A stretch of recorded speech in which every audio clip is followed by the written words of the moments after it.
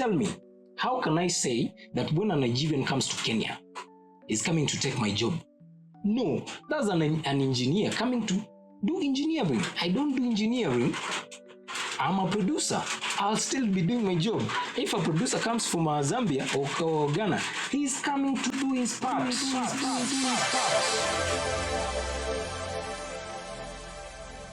Hello guys, this is Moses, and I have two things I want to talk about. So number one, of course, I'm Kenyan, so I will always and will always follow up African issues, African stories, wherever they are, whenever they happen.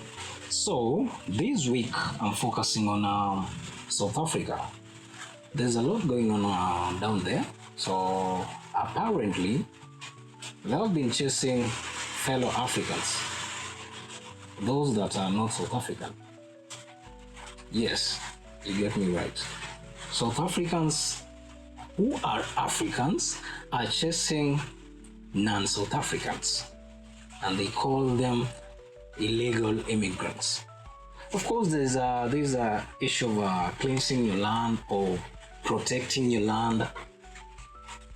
It's cool, but at some point we will have to remember that we are all Africans, and there are values and there are values that we stand for. Remember, South Africa got independence because all these other African countries stood up and fought for them.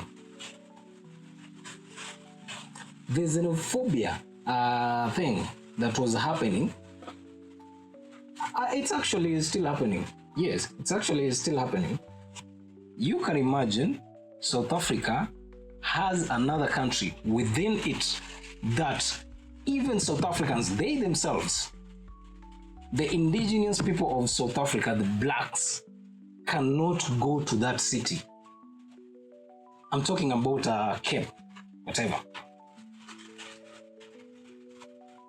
And these are the same guys that are fighting Zimbabweans, fighting Namibians, fighting Kenyans, fighting Nigerians. These are people who are going to their country just to provide cheap or affordable labor. But it's still quality. Going to provide technical skills, going to provide services that might not have been available at the moment.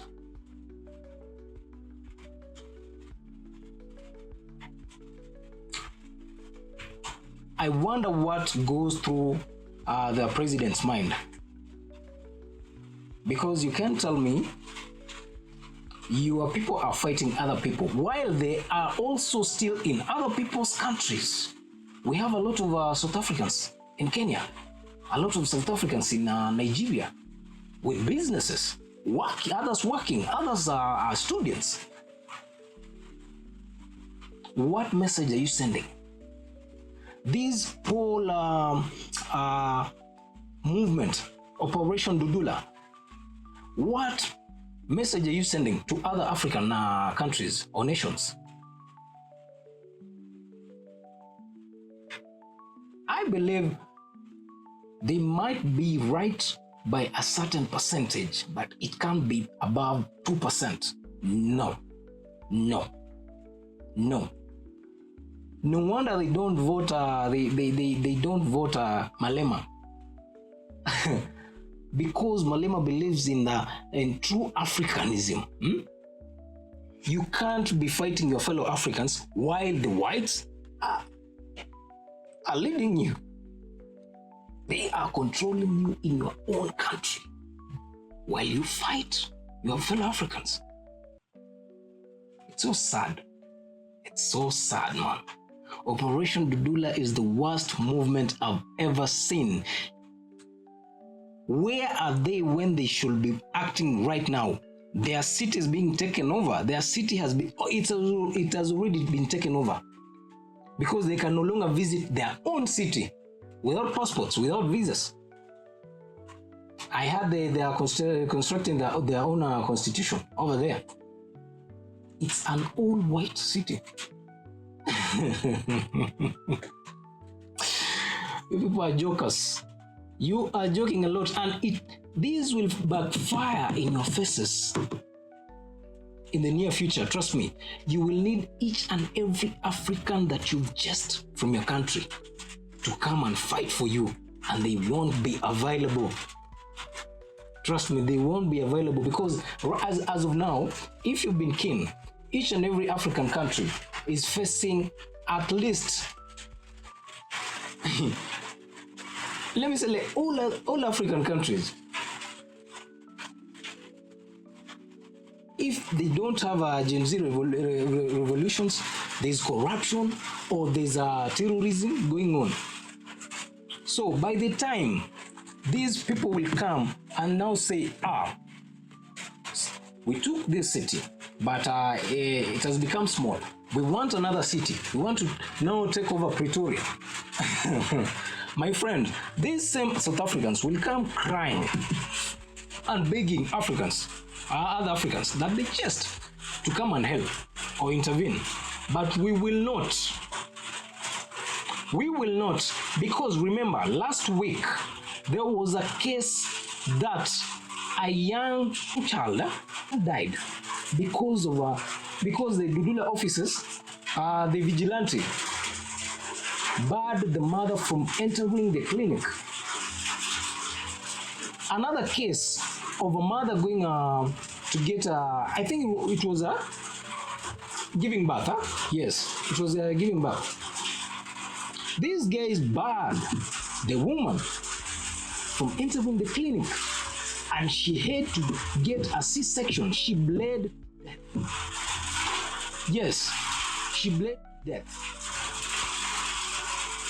And these are the people, you hear them on videos, they say, we know the child died or whatever. The mother could have gone to the native country or the country of origin to give birth. Like, seriously, should we also do the same to your South Africans that are in our countries, or that are in Nigeria, or that are in Ghana or Zambia or in Tunisia?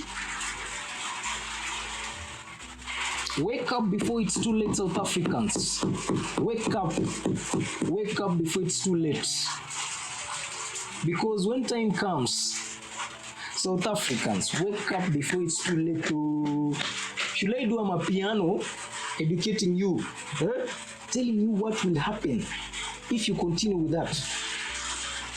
I know there's a case that happened in Kenya. I know what you guys are protecting. You're protecting your jobs, your land, your whatever. It's okay. But at some point, humanity should come first. Humanity should strike your senses before you act. Kindly remember, before countries, before nations, before power, before civilization, there is humanity, and it should remain that way. So all those people fighting foreigners, especially fighting African foreigners and calling them illegal, whatever, it's okay. We saw Somalis stumble on a Kenyan flag. It was bad. But there are laws that govern the whole thing. At the end of the day, we have to resolve our issues and find a proper solution that will bring a lasting peace between nations, because we still have to do business, we still have to coexist, we still have to protect each other.